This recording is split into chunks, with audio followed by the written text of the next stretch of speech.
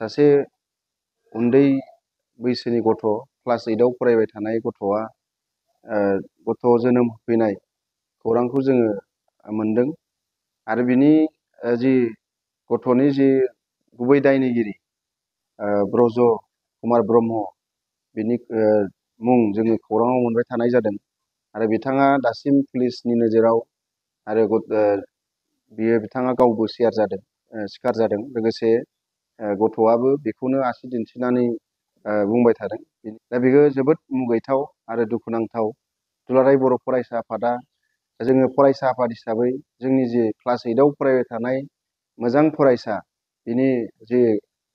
बिनि फरायनाय केरियार दानांगौमोन, बिनि इयुन जिउ दानांगौमोन, बियो दिनै फेलें जानो थांगासिनो दङ। फरायसाया मोजां फरायसामोन, थाखोआव रल नाम्बार 1 क्लास 8 आव। दा बेखौ बिथाङा बे ब्रज कुमार ब्रह्मआ देहायारि सोमोन्दो खालामनानै बेखौ बेबायदि थासारिसिम लाबोदों। फिसौ सोमोन्दोनि सासे हिन्जावसाखौ, उन्दै हिन्जावसाखौ बेबायदि गाज्रि थासारि खालामनाय, लोगोसे बिनि फिउचारजों गेलेनाय, बेखौ जोङो दुलाराय बर' फरायसा आफादा सहायनो हायाखै। बिथांखौ बिजनी पुलिस थानाया एरेस्ट खालामबाय। बेखायनो जोङो पुलिस बिफानखौ साबायखर बावदों।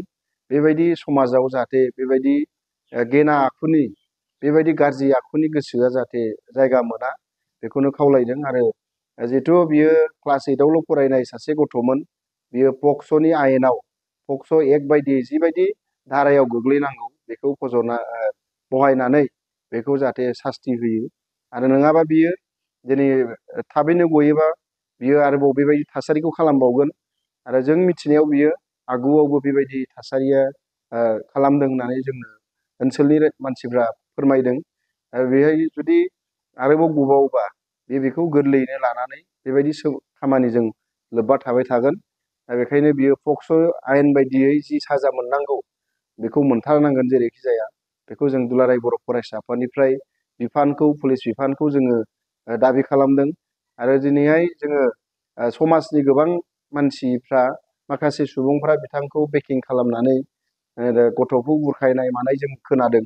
बे नङामोन होननानै बुंनो थिननाय बे थासारिफोरखौ जोङो खौरां मोनबाय थानाय जादों। दा जोङो खावलायदों नोंथांमोना बे दायनिगिरिखौ बासायनानै समाजखौ गुबुंले खालामनो दानाजा। जि दायनिगिरि बे साजा मोननांगोन, जाहाथे सोरबाया बेखौ बासायनो थांनानै गावबो दायनिगिरि जाया, बिनि थाखाय सांग्रां जानांगोन जोङो खावलायदों। आरो बेबायदि जि सुबुं, बेयो जोंनि समाजनिफ्राय जोबनो नांगोन।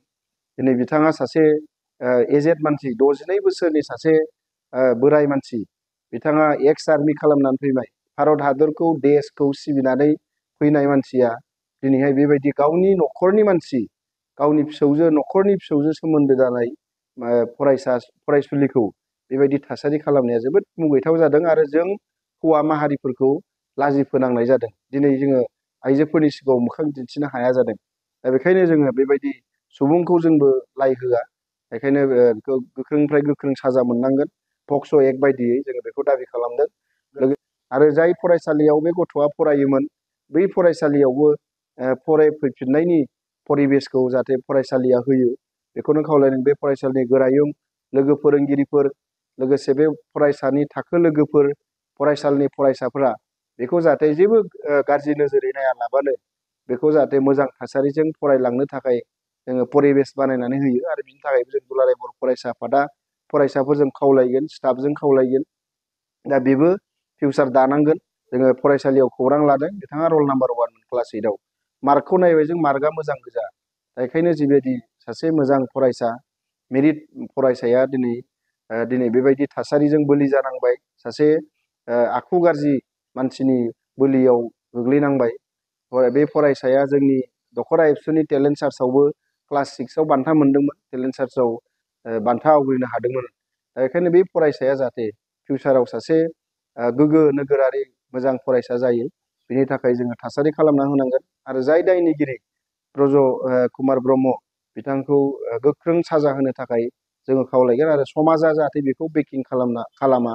आरो बियो जेलाव पक्स' बायदियै जेसेबां सम जेल जानांगौ बेयाव थानांगोन। नोंथांमोना गोब्राब नाजासेयावबो जेरावबो जाफुंसारनो हायाखै नामा? जानांदों नामा गुबुन गुबुन रोखोमनि जेंनाजों मोगा-मोगि?